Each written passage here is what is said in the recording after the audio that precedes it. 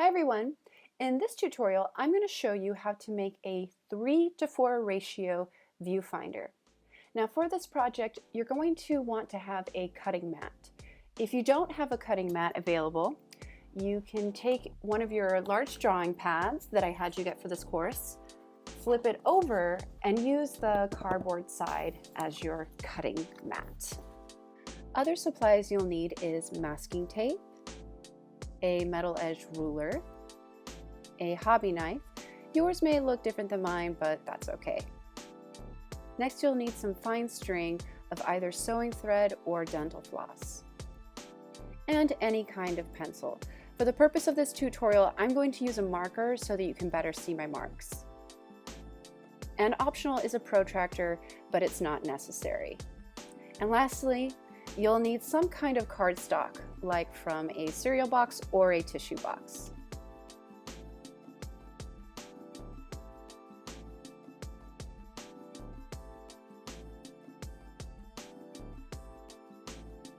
Now you'll mark out a 6" by 5" rectangle. If your ruler has a 90-degree angle, utilize it in drawing your rectangle.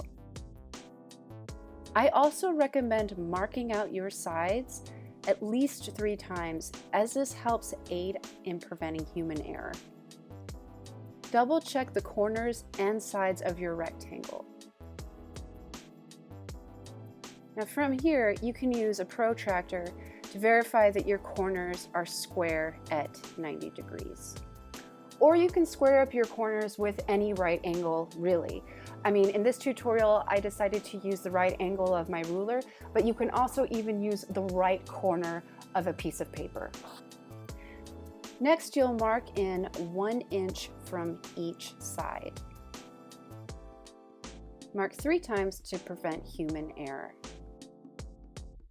Then trace the inner rectangle. And of course, verify that your corners are square. Next, use your ruler and knife. And be sure that your thumb is not hanging over the edge. I cut myself like that once and it made quite the mess.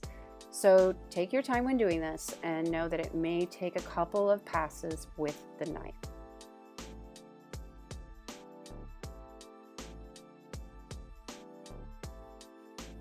Once your main rectangle is cut out, you'll want to remove the window.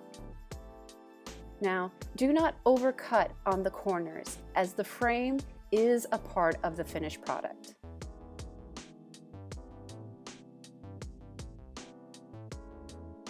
Then flip your finder over to the side with the most chaos and mark the halfway point on each side.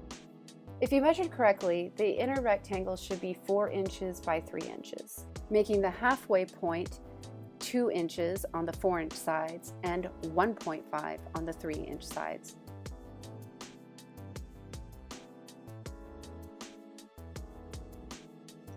Then take your thread or floss and measure out about 5 inches.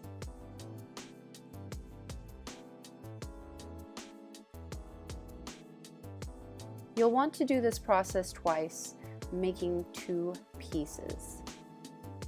Next, we'll use tape to secure your thread.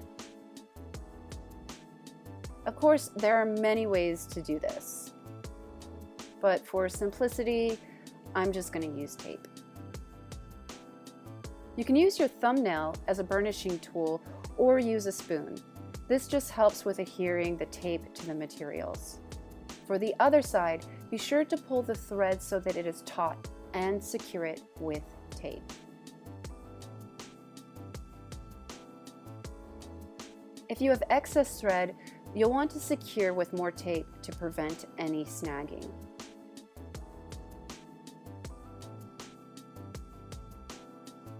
On the other side, you can more distinctively mark out the halfway points if you choose. Some students even like to put additional marks to mark out where the rule of thirds is on the window of their frame. This, of course, is entirely up to you if you choose to do this. The more that you use your viewfinder, the more you may want to customize it to fit your drawing needs. This can even lead to you adding additional lines in your viewfinder with different color strings if you choose. I like having these crosshairs on the corners. If this bothers you, you can of course feel free to erase them. Lastly, you'll want to put your name on the viewfinder. Now, I recommend putting it on the side with all of the chaos. And there you have it. Be sure to bring your viewfinder with you to every class, as that will be how I will mark you as having the assignment completed for your grade. And of course, if you haven't already, be sure to check out the tutorial on how we will be using our viewfinders for composition.